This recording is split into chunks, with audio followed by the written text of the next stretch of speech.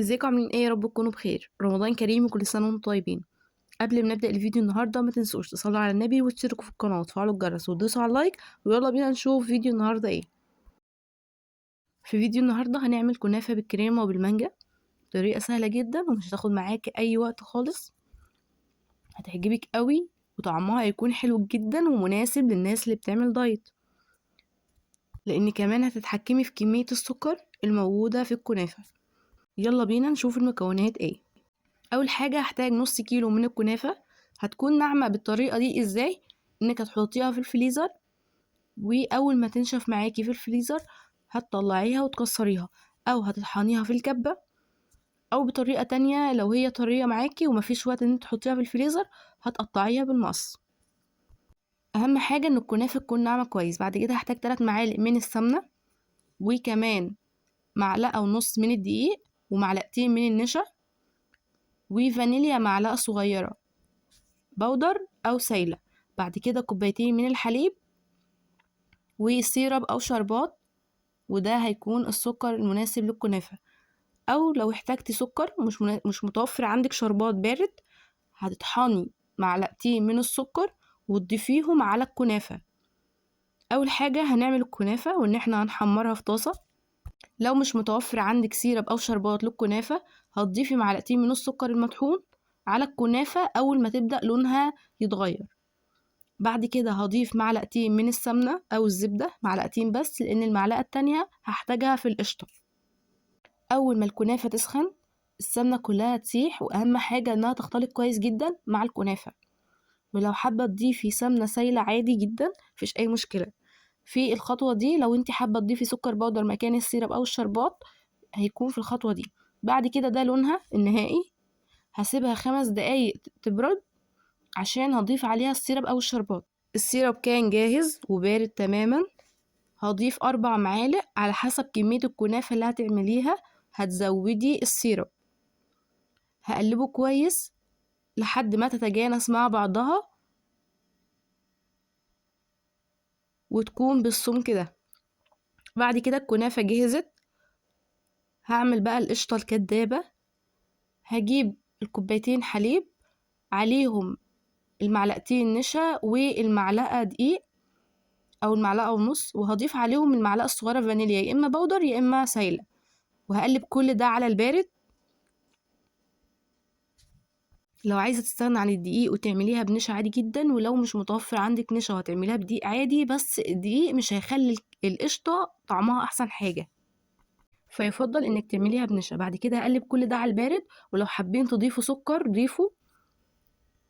بعد كده بقى هحطها على نار هادية خالص لحد ما اوصل بالسمك ده، وهضيف عليها معلقة السمنة المتبقية معايا من 3 معالق، واقلبها كويس جدا بعيدا عن النار. انا ضفت هنا معلقة من السكر او حوالي معلقة ونص، فلو حابين تزودوا كمية السكر عادي جدا. هقلب كل ده لحد ما اوصل بالسمك ده، وهجيب صينية من البايركس او اي صينية عادي. حابين تعملوها في كاسات بتبقى حلوة برضو. هفرد اول حاجة الكنافة معايا في الاخر. بعد كده هضيف عليها الكريمة او القشطة اللي انا عملتها، وهوزعها كويس جدا من غير ما اقلبها، لان في التقليب هتلخبط معاك الكنافة على الكريمة.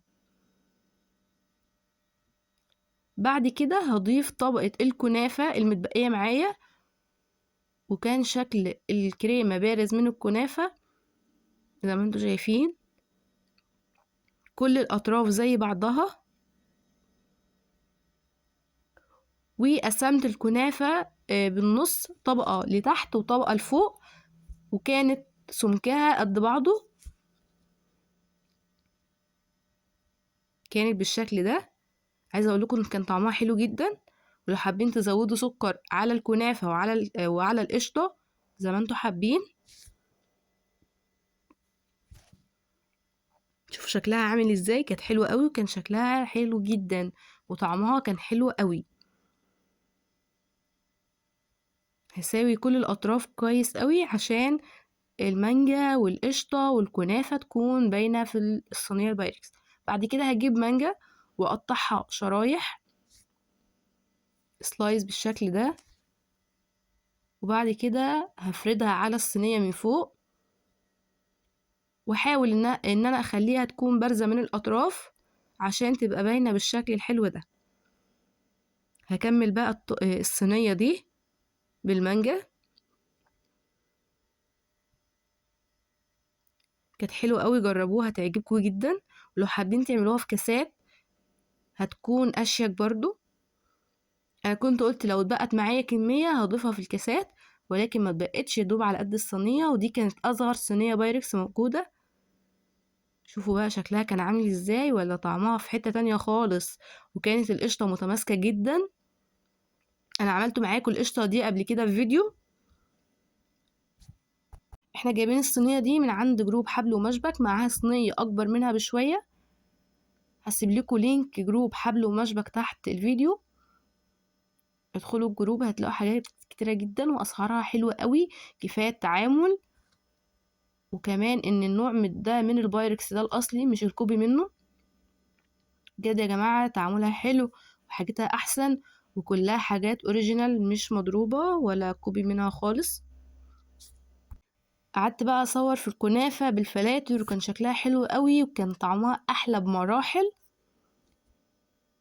مناسبة جدا للناس اللي عاملة دايت، خصوصا ان السكر قليل قوي عليها.